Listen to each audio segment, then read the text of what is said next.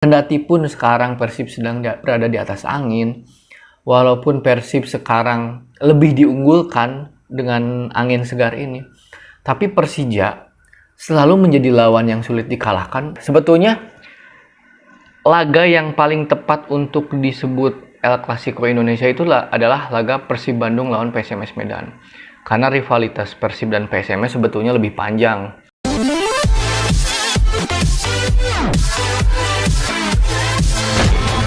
Halo semuanya, balik lagi di Kacamata Bola. Kali ini saya akan membahas tentang seputar sepak bola dalam negeri. Dalam hal ini ada Liga 1 Indonesia yang series 3 ini pekan ini akan segera dimulai. Dan dari sekian banyak pertandingan, ada satu pertandingan yang tentu saja menyita perhatian publik sepak bola Indonesia, yaitu laga yang bertajuk El Clasico Indonesia, Persib lawan Persija. Menyoal El Clasico Indonesia ya, sebetulnya laga yang paling tepat untuk disebut El Clasico Indonesia itu adalah laga Persib Bandung lawan PSMS Medan. Karena rivalitas Persib dan PSMS sebetulnya lebih panjang. Sejak era Galatama, sejak era dulu, Persib dan PSMS adalah dua rival yang sangat kental, dua rival yang dianggap sebagai musuh bebuyutan di dalam lapangan tentunya. Mereka kerap kali mempertontonkan pertandingan yang atraktif, bahkan kadang-kadang keras. Namun, di era kekinian, di era modern, seiring berjalannya waktu, Persija dan Persib muncul kepada publik dengan sejumlah fakta-fakta menarik, dengan laga-laga yang tentunya bergengsi. Semua berawal dari kekisruhan atau tidak bisa dibilang permusuhan, tapi mungkin sebuah polemik yang tercipta antara kedua supporter. Seperti yang kita sudah tahu sendiri, mungkin penyebabnya teman-teman semua di rumah udah tahu ya, di awal 2000-an, kedua kelompok supporter ini, supporter besar tentunya, Persib yaitu dengan Boboto, Viking, dan Persija di Jackmania, terlibat sebuah perselisihan di acara kuis ya. Tapi saya tidak akan bahas terlalu jauh soal itu. Silahkan cari aja sendiri. Namun sejak perselisihan itu, laga ini yaitu Persib Bandung lawan Persija seakan-akan tensinya lebih panas. Laga ini seperti sebuah laga mempertaruhkan harga diri. Laga yang syarat akan gengsi. Laga yang digadang-gadang setara dengan El Clasico di Spanyol, Real Madrid dan Barcelona. Karena dua tim ini berasal dari dua kota besar, bahkan DKI Jakarta adalah sebuah provinsi, dan Bandung juga adalah sebuah kota besar yang penuh dengan tradisi, penuh dengan budaya, dengan macam objek wisata dan lain sebagainya. Dan laga nanti, ketika hari Sabtu nanti, ini adalah laga yang paling ditunggu-tunggu oleh Bobotoh dan The Jack tentunya. Masing-masing pihak tentunya, manajer Persib maupun manajer Persija, mengklaim atau melakukan cyber bahwa mereka akan memenangkan pertandingan. Mereka akan memberikan bonus jika para pemainnya berhasil memenangkan pertandingan. Jika kita melihat hasil pertandingan terakhir, beberapa hasil pertandingan terakhir, tentunya secara statistik Persib lebih unggul ya. Di series 2, Persib 5 kali memenangkan pertandingan dari 5 pertandingan. Sementara Persija dari 5 pertandingan hanya memenangkan 1 kali kalau nggak salah ya. Tapi jangan salah, Persija ini tidak bisa dianggap remeh oleh Persib. Kendatipun sekarang Persib sedang berada di atas angin, walaupun Persib sekarang lebih diunggulkan dengan angin segar ini, tapi Persija selalu menjadi lawan yang sulit dikalahkan oleh Persib. Persija selalu menjadi batu sandungan. Persija seperti memiliki motivasi tinggi ketika menghadapi Persib. Bahkan ketika Persib sedang ada di top performa, Persija seperti tidak mau kalah oleh Persib. Contoh ketika Persib juara di tahun 2014, di musim itu Persib tidak mampu mengalahkan Persija. 2 kali hasil imbang 0-0 pada saat itu. Jadi motivasi Persija ketika menghadapi Persib, begitupun sebaliknya, itu sangat besar ya.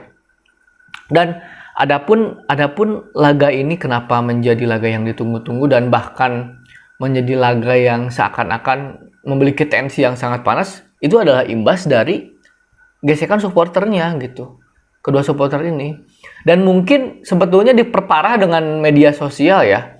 Mungkin dulu di antara Persija, antara Viking dan The Jack hanya berseteru di dalam lapangan, mungkin ada yel-yel dan lain-lain. Di luar lapangan sepertinya baik-baik aja gitu. Dan di era media sosial ini memperparah, mungkin ada orang-orang yang baru bermain sosmed atau misalkan ada orang-orang yang hanya berani menunjukkan identitasnya di sosial media dan memanas-manasi tensi pertandingan dan memprovokasi.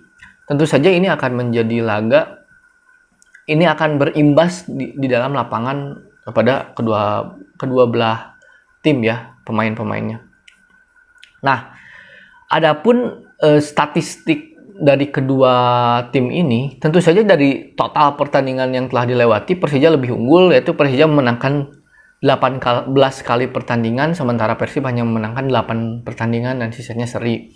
Jadi jika di total dari awal, Persija lebih unggul. Tapi dalam 10 pertandingan terakhir, Persija masih unggul, hanya mungkin head to head-nya 4-2 ya. Jadi dalam 10 pertandingan terakhir, termasuk di Piala Menpora kemarin, Persija 2 kali mengalahkan Persib.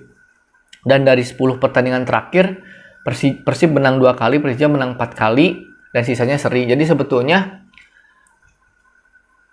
rekor Persib melawan Persija di era modern, di era Liga Indonesia, jauh lebih baik. Jadi di zaman dulu, Persib sangat sulit mengalahkan Persija. Tapi sejak era sepak bola modern, sejak era Liga Indonesia, Persib sedikit-sedikit mulai bangkit, meskipun rekor tetap dimiliki Persija. Dan adapun yang menarik adalah para mantan pemain dari kedua belah tim, yaitu di Persija ada Maman Abdurrahman dan juga ada Tony Sucipto yang musim lalu bergabung dengan Persija, dan di Persib tentu saja yang lagi panas-panasnya kemarin yaitu Mark Lok yang menjadi jenderal lini tengah Persija di Piala Menpora kemarin, sekarang ada di tim Persib gitu. Dan mengenai bagaimana taktik kedua belah tim ya, Persija diuntungkan dengan kehadiran kembali Ospadohai ya. Ospadohai dapat bermain kembali, tapi mereka juga harus melepas pemain-pemain mudanya ke timnas junior. Persib juga harus kehilangan Victor Igbonepo. Persib juga harus kehilangan Ezra Walian, 2 pemain yang selama ini sering menjadi pilar utama. Tapi ini akan menarik karena di lini tengah Mark Lok akan berkolaborasi dengan Rashid. Sementara di Persija seperti biasa Rohit Chan akan menjadi jenderal lapangan tengah Persija. Di depan ada Marco Simic, di depan Persib ada Wander Luiz.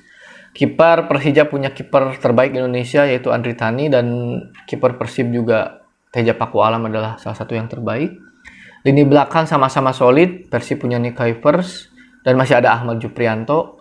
Persija punya Yan Mota, Otapio Dotra nggak bisa hadir, tapi masih ada Maman Abdurrahman yang tampil sangat bagus di Piala Menpora kemarin.